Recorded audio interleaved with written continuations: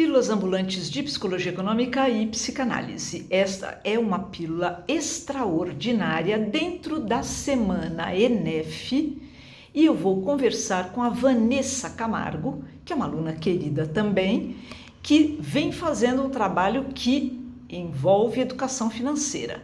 Vanessa, conta pra gente como foi que tudo começou.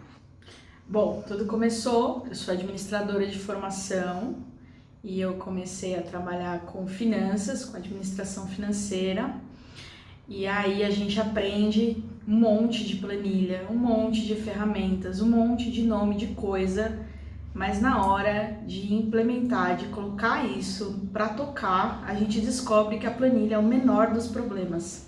E qual é o maior dos problemas? O maior dos problemas é que quem está por trás de tudo isso são pessoas. E junto com as pessoas vem a relação que as pessoas têm com o dinheiro, que são muito diferentes. Então não bastava eu chegar na pessoa e falar assim, tem uma planilha de fluxo de caixa aqui que vai resolver seu problema da conta negativa, porque não vai resolver. E aí foi assim que tudo começou, eu comecei a pesquisar como que eu poderia sair dessa grande enrascada que eu me meti, e foi assim que eu cheguei na psicologia econômica. E como é que você começou a fazer o trabalho que você faz hoje? Explica pra gente um pouquinho o que você faz. Eu tenho uma empresa, ela chama FI 618 e ela promove gestão e inteligência financeira para pequenos e médios negócios. Então eu vou até as empresas, ou as empresas vêm até mim porque elas têm algum tipo de dificuldade financeira, seja de organização, de entendimento, ou de treinamento para o próprio pessoal de finanças, ou mesmo porque o empreendedor está querendo crescer e não sabe muito bem se ele casa ou compra uma bicicleta.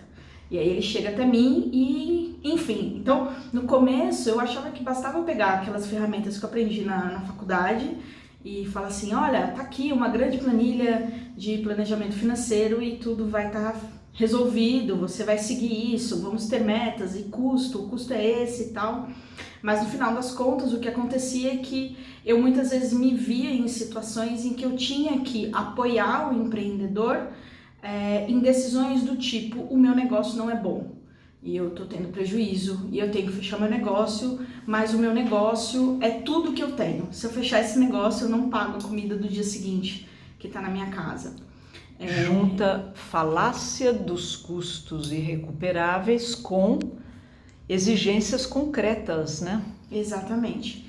E aí eu não sabia que essas coisas existiam, né? Que esses nomes de coisas existiam. Nomes das ciladas psicológicas. Os nomes das ciladas, mas eu já conseguia compreender que tinha alguma coisa que não era técnico, assim, não era uma planilha, não era uma fórmula. Eu comecei a perceber que eu gastava muito mais tempo das minhas reuniões com os clientes aconselhando, vamos dizer assim, e acolhendo aquela angústia que o empreendedor tinha, ou a empreendedora tinha, do que necessariamente falando sobre administração financeira. Porque para ele, pagar a conta e receber não era essencialmente o problema. Muitas vezes, eu até brincava muito com eles, assim, eles me chamavam muito mais porque isso era um sintoma do que porque isso era o problema. Interessante, era um jeito de chegar em você. Era um jeito de chegar, porque o financeiro de uma empresa, ele acaba sendo o reflexo da operação. Né? Se você negocia mal, você vai ter problemas no seu fluxo de caixa. Se você compra mal, você vai ter problemas financeiros. É muito difícil que isso não impacte no financeiro. E quando impacta, a dor é grande. E aí você se depara, principalmente em médios e pequenos empreendedores, você se depara com outros grandes dilemas. O próprio dilema do dinheiro é da empresa e não da família é uma coisa que é muito complicada de você separar, sabe?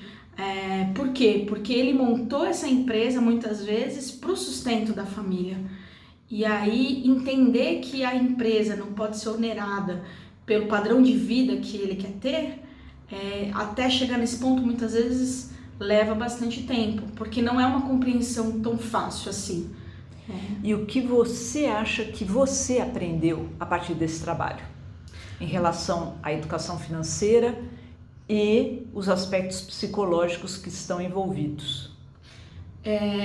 Quando eu encontrei o seu trabalho, Vera, e comecei a ler, li o Rápido e Devagar, comecei a ler alguns livros e entender que existiam vieses, que existiam coisas que eram psicológicas mesmo, o próprio conceito de escassez, que é um conceito que eu comecei a me interessar muito. Por quê? Porque a gente acaba, como a gente tem muito empreendedorismo por necessidade, as pessoas não se planejam.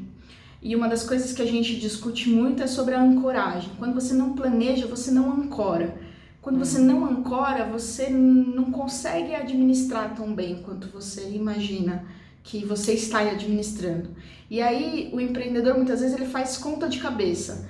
Então essa conta de cabeça, a contabilidade mental, ele leva a determinadas economias que às vezes você vê e fala assim, será que isso é mesmo uma economia? Será que você de fato tá gastando menos do que você ganha? Então, esse trabalho e o contato com a psicologia econômica, ele me levou para esse patamar de poder olhar para isso e interferir de uma forma muito mais incisiva e com muito mais confiança do que eu estava fazendo, do que achar que eu estava dando simples conselhos. Porque no final das contas, o que eu estava mesmo vendo que ele estava passando por uma determinada dificuldade de entender a relação dele com aquele problema, e aí com os aprendizados da psicologia econômica conseguir dar melhores orientações e ver resultados, que era um grande desafio quando o meu problema era só uma planilha de Excel.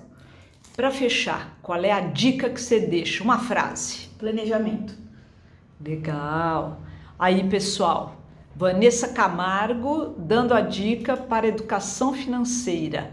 Planeje-se. Planeje todas as coisas que você pretende realizar. Muito obrigada. Obrigada. E boas decisões para todos.